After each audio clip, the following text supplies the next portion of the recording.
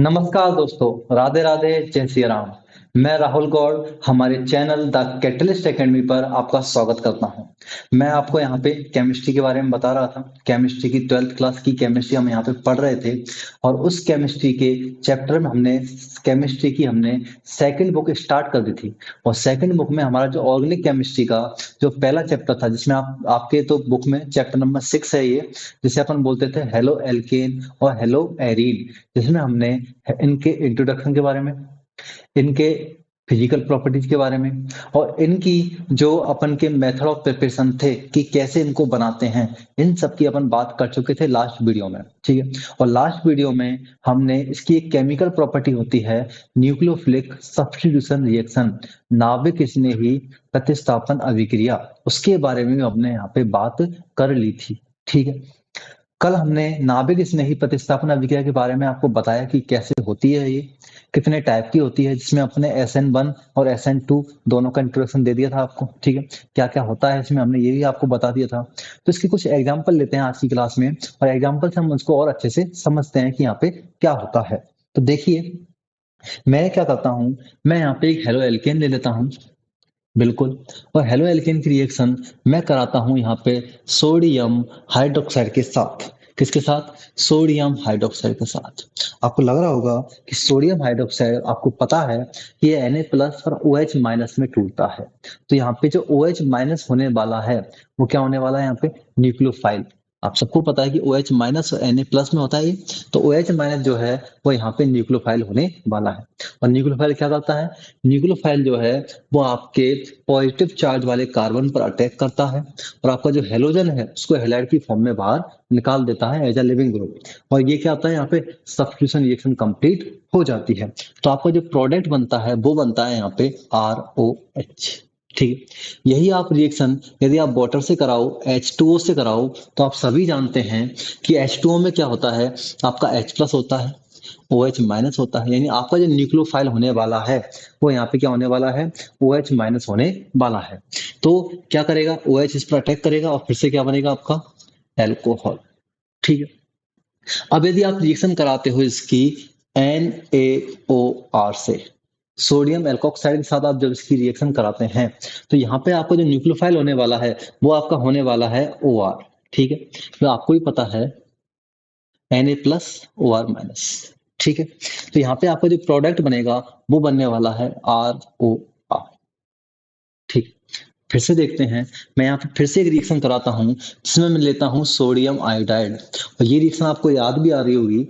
ये रिएक्शन आपने method of preparation में पढ़ी थी। इसको अपन बोलते थे फिनक्लिस्टन रिएक्शन, जिसमें आप क्या करते थे? एल्किल आयोडाइड बनाते थे। फिनक्लिस्टाइन रिएक्शन जो होती थी जिसमें आप आयोडाइड बनाते थे। तो जब आयोडाइड बनता था, यानी आपने इसको पढ़ा हुआ हेलोजन एक्सचेंज मेथड में। ठीक है। तो इसमें क्या होता था, आपका जो X है उसको I यहाँ पे क्या करेगा? सब्स्टिट्यूशन कर देगा और हमें हेलो एल्केन मिलता है। यदि मैं यहाँ पे रिएक्शन कराता हूँ, इसकी मैं रिएक्शन यदि यहाँ पे अमोनिया से करा दूं, यदि मैं अमोनिया से रिएक्शन कराता हूं, तो आपको पता है जो अमोनिया है उसमें H+ और NH2- इस फॉर्म में ये टूटता टूटता है। यानी आपका जो अमोनिया है वो इस प्रकार से यहाँ पे टूटता है। ठीक है। तो यहाँ पे हैलाइड रिप्लेस होगा और क्या जुड़ जाएगा? ये NH2 बना लेगा। ऐसे ही इसके डेरिवेटिव्स में अपन चाहें तो अपन RNH2 ले सकते हैं। और जब ये टूटेगा तो यहाँ पे ये बनेगा RNHR। ठीक है। ऐसे ही आप चाहो तो R2NH ले सकते हैं, जिससे R, इस प्रकार से ये आपको डिफरेंट टाइप ऑफ स्पीच आपको मिलेंगी। ठीक है। यही यही यदि आप चाहें तो आप यहाँ पे RCOO, यानी सिल्वर के कार्बोक्सिलिक एसिड कंपाउंड लिया मैंने। तो जैसे ही मैं यहाँ पे रिएक्शन कराता हूँ तो आपको पता है Ag+ और यहाँ पे माइनस ये चलता है। तो आपको जो न्यूक्लियोफाइल होने वाला है वो RCOO- यहाँ पे होने वाला है। तो आपकी जो मैकेनिज्म होगी उसमें क्या बनेगा? RCOO, यानी ये आपको देखने को मिलता है। और जब हम इनको देखते हैं तो हमने देखा कि फर्स्ट जो दोनों कंडीशन हैं उनमें हमको क्या मिला है? एल्कोहल मिला है। क्या मिला है? एल्कोहल मिला है। क्या मिला है आपको? एल्कोहल। ठीक है।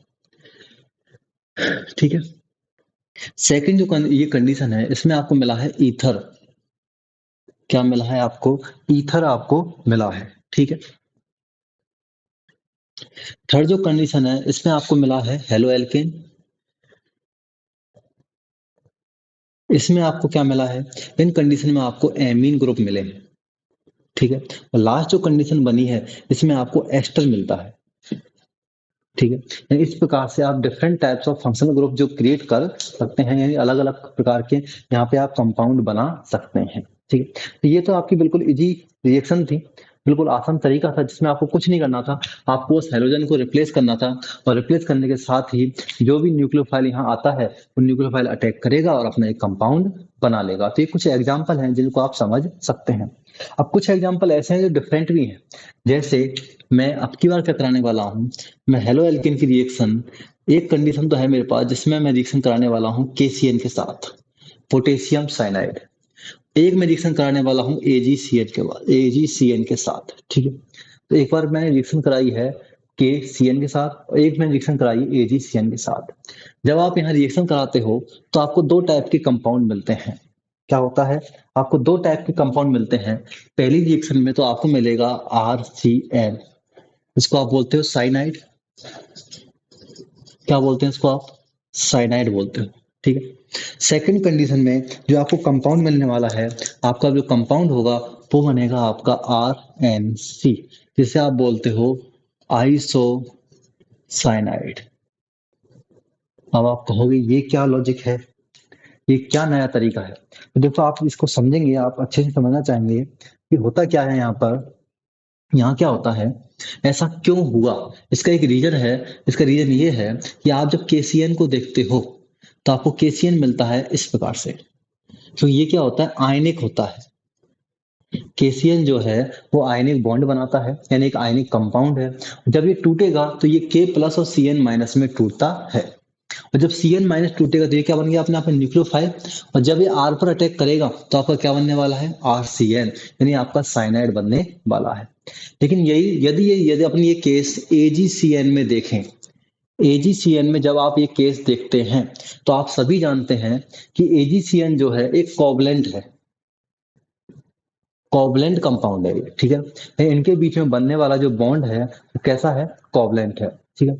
तो कोवलेंट है, तो कोवलेंट होने के कारण हमें क्या देखने को मिला कि आपका जो आर एक्स था, इसमें क्या होता है, कोवलेंट है तो कोई न्यूक्लियोफाइल तो है ही नहीं, मतलब इसमें पॉजिटिव और नेगेटिव चार्ज का केस तो है ही नहीं। तो इसमें क्या होता है, आपका जो नाइट्रोजन है इसके पास है लोन पेयर। क्या है, लोन पेयर। तो ये नाइट्रोजन जो है वो इजीली अपने लोन पेयर डोनेट कर देगा, क्योंकि लोन पेयर मतलब इलेक्ट्रॉन रिच स्पीसीज, और जैसे अपन बोलते हैं न्यूक्लियोफाइल। तो नाइट्रोजन जो है अपने लोन पेयर के द्वारा न्यूक्लियोफाइल की तरह बिहेव करेगा और आर के साथ बॉन्ड बना लेता है, इसलिए इसको अपन बोलते हैं आरसीएन। और साथ ही फिर जैसे ही ये बॉन्ड बनाएगा यहाँ से एजी बाहर निकल जाता है। ठीक है। तो यानी आपको एक नया कंपाउंड आइसोसाइनाइड देखने को मिलता है। आप इस केस में ये भी देख सकते हैं कि आप कहें सर और कुछ हम बात करें तो हम कह सकते हैं जब सीएन जो होता है, सीएन माइनस जो होता है, यहाँ पर कार्बन और नाइट्रोजन दोनों ही क्या है, न्यूक्लियोफिलिक सेंटर की तरह काम करते हैं, दोनों ही बॉन्ड बना सकते हैं। यदि यहाँ कार्बन बॉन्ड बनाता है आर के साथ तो कार्बन कार्बन बॉन्ड बनेगा। यदि आपका नाइट्रोजन बॉन्ड बनाता है तो कार्बन नाइट्रोजन बॉन्ड बनेगा। जब इन दोनों बॉन्डों के नेचर को आप देखते हैं, इन दोनों बॉन्डों के नेचर को आप देखेंगे तो कार्बन कार्बन जो बॉन्ड होता है वो स्ट्रांग होता है। कैसा होता है, प्रबल होता है। और कार्बन नाइट्रोजन बॉन्ड वीक होता है, दुर्बल होता है। तो हर कोई कंपाउंड चाहता है कि वो प्रबल बॉन्ड बनाए, तो यहाँ पे कौन सा बॉन्ड फेवर करेगा, आपका कार्बन कार्बन बॉन्ड यहाँ पे फेवर करता है।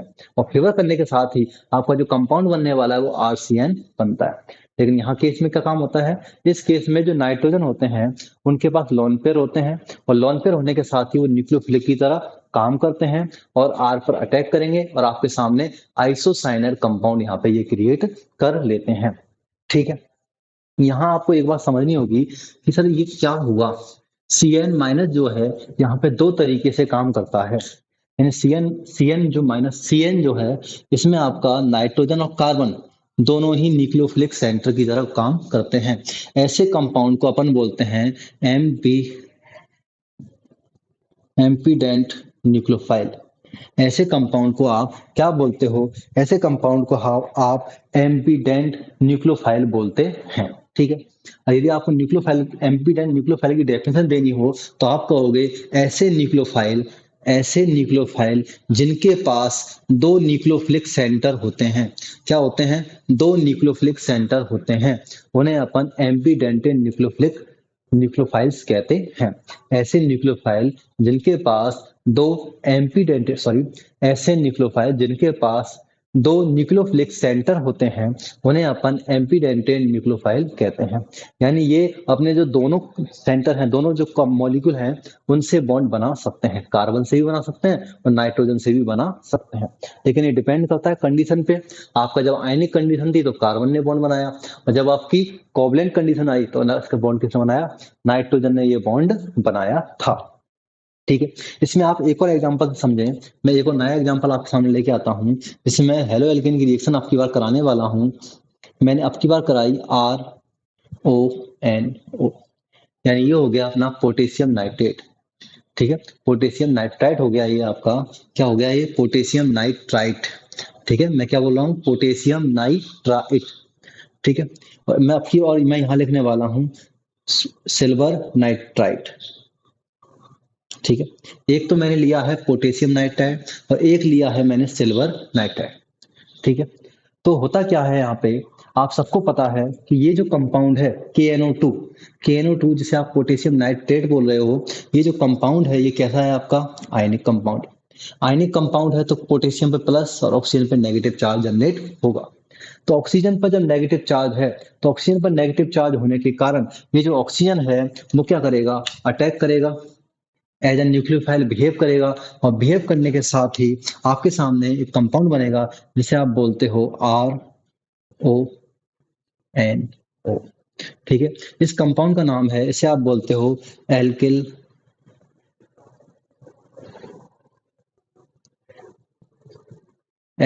नाइट्राइट। ठीक है, क्या बोलते हैं उसको? एल्किल नाइट्राइट बोलते हैं। ठीक है, तो फिर से सुने क्या हुआ। इसमें क्या हुआ, जो आपका KCN है वो क्या है? यहाँ पे एक आयनिक कंपाउंड है, और आयनिक कंपाउंड होने के कारण यहाँ पे पॉजिटिव चार्ज क्रिएट होता है पोटेशियम पर, और ऑक्सीजन पर नेगेटिव चार्ज क्रिएट होता है। इसके साथ ही पोटेशियम न्यूक्लियो जो इसका जो ऑक्सीजन है वो न्यूक्लियोफाइल की तरह बिहेव करेगा और अपने R पर अटैक करेगा और एल्किल नाइट्राइड बनाता है। ठीक है, ठीक है। इसके साथ ही हम जब AgNO की रिएक्शन देखते हैं तो AgNO में ये जो आपका कंपाउंड है, ये कंपाउंड आपका कोवलेंट कंपाउंड होता है। कैसा कंपाउंड होता है? आपका कोवलेंट कंपाउंड होता है। तो कोवलेंट कंपाउंड होने के साथ ही आप देखेंगे कि इसमें नाइट्रोजन के पास भी लोन पेयर है, ऑक्सीजन के पास भी लोन पेयर है। देखो पॉजिटिव और नेगेटिव चार्ज तो है ही नहीं।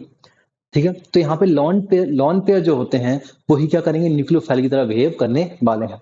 तो आप कहोगे सर ऊपर वाले केस में तो आपकी चल गई कि नाइट्रोजन के पास लॉन पेयर थे, उसने लॉन पेयर डोनेट किए और न्यूक्लियोफाइल बन गया। ठीक है, क्योंकि वहां कार्बन के पास लॉन पेयर नहीं थे। लेकिन यहाँ इस वाले केस में ऑक्सीजन के पास भी लॉन पेयर है, नाइट्रोजन के पास भी लॉन पेयर है। तो अब बताइए, अब कुछ नया आया आपके सामने। ठीक है, तो अब बताइए कि लॉन पेयर कौन डोनेट करे। देखो आपको दिखेगा कि आपका जो ऑक्सीजन है इसके पास भी लोन पेयर है और नाइट्रोजन के पास भी लोन पेयर है। तो होता क्या है, इस सीन को समझने के लिए इसमें देखो जो कंपाउंड बनने वाला है वो आपका जो कंपाउंड बनता है वो तो ये बनता है नाइट्रो एल्केन। क्या बनेगा? इसको हम बोलते हैं नाइट्रो एल्केन।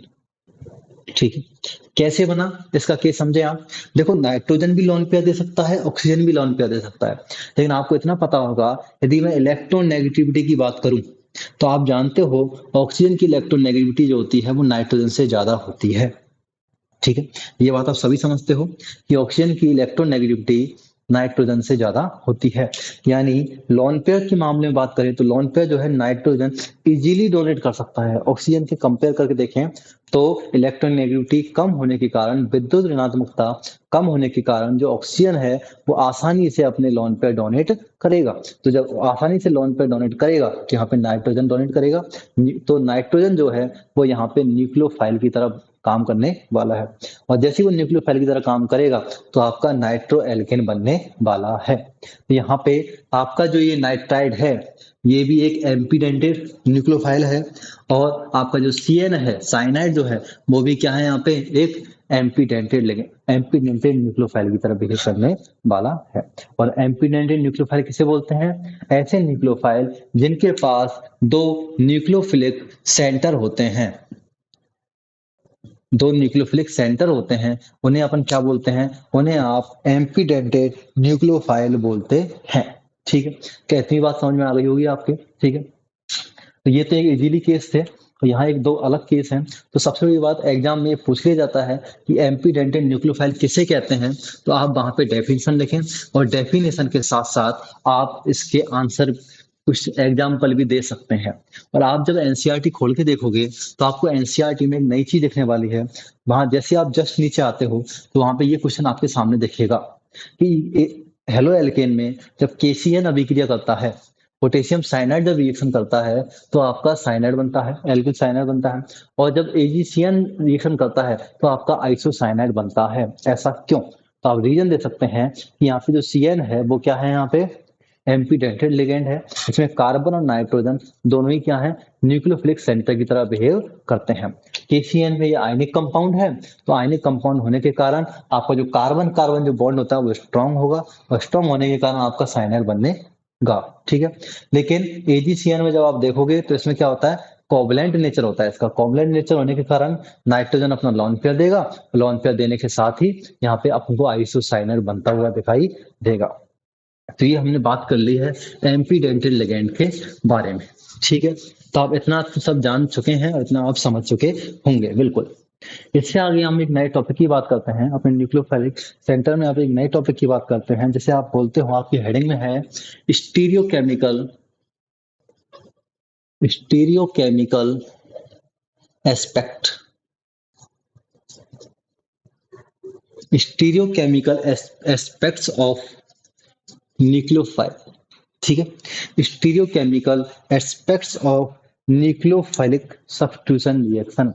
क्या बोलते हैं आप? Stereochemical aspects of nucleophilic chemical reaction. ठीक है, जिसमें आपकी सबसे पहले जो हेडिंग होने वाली है वो होने वाली है आपकी ऑप्टिकल एक्टिविटी की। ऑप्टिकल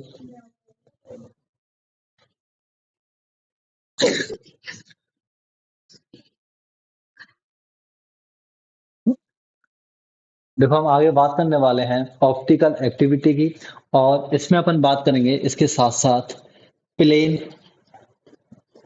पोलराइज्ड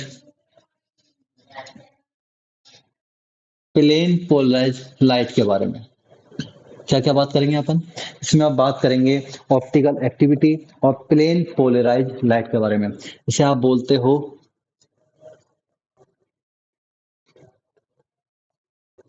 ऑप्टिकल प्लेन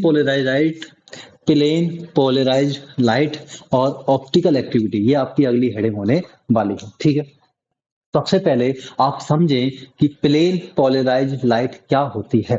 तो आपको इसको समझाने से पहले मैं आपको बताना चाहूंगा एक साइंटिस्ट के नाम पर, जिसका नाम था विलियम निकोल।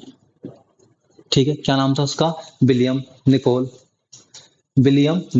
तो विलियम निकोल ने क्या किया, इन्होंने एक डिवाइस बनाई। क्या बनाई थी उन्होंने? एक डिवाइस। एक डिवाइस बनाने के साथ ही उन्होंने क्या किया, एक डिवाइस बनाई थी। ये डिवाइस क्या करती थी? ये डिवाइस जो है वो नॉर्मल लाइट को कन्वर्ट करती थी प्लेन पोलराइज्ड लाइट में। किसमें कन्वर्ट करती थी? प्लेन पोलराइज्ड लाइट में। यानी ये जो डिवाइस होता था वो क्या करता था, नॉर्मल लाइट को प्लेन पोलराइज्ड लाइट में कन्वर्ट करता था। यानी ये सामान्य प्रकाश को समतल ध्रुवित प्रकाश, इसको आप बोल सकते हो समतल ध्रुवित प्रकाश। यानी आपके सामान्य प्रकाश को ये समतल ध्रुवित प्रकाश में परिवर्तित कर देता है। जैसे अपन बोलते थे निकोल प्रिज्म, जैसे आप क्या नाम बोलते थे इस डिवाइस को? आप बोलते थे निकोल प्रिज्म।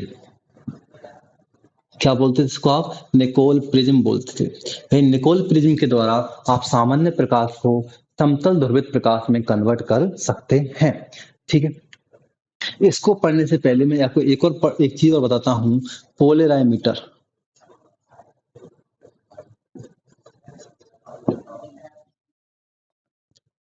जिसे आप बोलते हो ध्रुवन मापी। क्या बोलते हो आप इसको? ध्रुवन मापी। ठीक है। पोलराइमीटर। ठीक है। तो पोलराइमीटर जो होता है ये क्या काम करता है? ठीक है। तो ये जो पोलराइमीटर होता है ये क्या होता है? इंस्ट्रूमेंट होता है। क्या होता है? ये इंस्ट्रूमेंट होता है। ये इंस्ट्रूमेंट क्या करता है? आपका जो इंस्ट्रूमेंट है ये क्या करता है? ये आपके प्लेन पोलराइज जो लाइट है उसके रोटेशन एंगल को मेजर करता है। ये क्या करता है? मेजर करता है। Measure measure the angle of angle of rotation of plane polarised light. ठीक है। यानी ये क्या करता है? आपके प्लेन पोलराइज लाइट यानी समतल ध्रुवित प्रकाश के जो घूर्णन होता है, ठीक है, उस घूर्णन को मेजर करता है। ठीक है। तो ये क्या करता है? ये क्या करता है? आपके एंगल ऑफ रोटेशन को मेजर करता है। प्लेन पोलराइज लाइट का जो एंगल ऑफ रोटेशन होता है इसको ये मेजर करने का काम करता है। ठीक है। एंगल ऑफ रोटेशन को ये मेजर करने का काम करता है। क्या करता है? ये मेजर करता है। Measure the angle of rotation of plane polarise light. इस काम को करने के लिए जो आप इंस्ट्रूमेंट यूज करते हो उससे अपन बोलते हैं ध्रुवन मापी। ठीक है। तो यहाँ मैंने आपको दो चीजें बताई हैं। मैंने सबसे पहले आपको निकोल प्रिज्म के बारे में बताया है। निकोल प्रिज्म क्या करता है? निकोल प्रिज्म जो है वो नॉर्मल लाइट को कन्वर्ट करता है समतल ध्रुवित प्रकाश में यानी प्लेन पोलराइज लाइट को। और इस डिवाइस को जो इसको कन्वर्ट करता है उसे अपन क्या बोलते हैं? निकोल प्रिज्म बोलते हैं। ठीक है।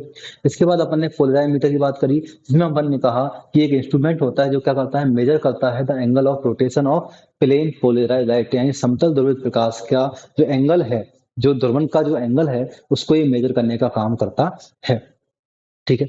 इससे आगे अपन एक नई चीज आपको बताएं। ये तो आपको दो पॉइंट हैं, दो टर्म है जिसको आपको सीखना होता है इनको पढ़ने से पहले, ऑप्टिकल एक्टिविटी के बारे में पढ़ने से पहले।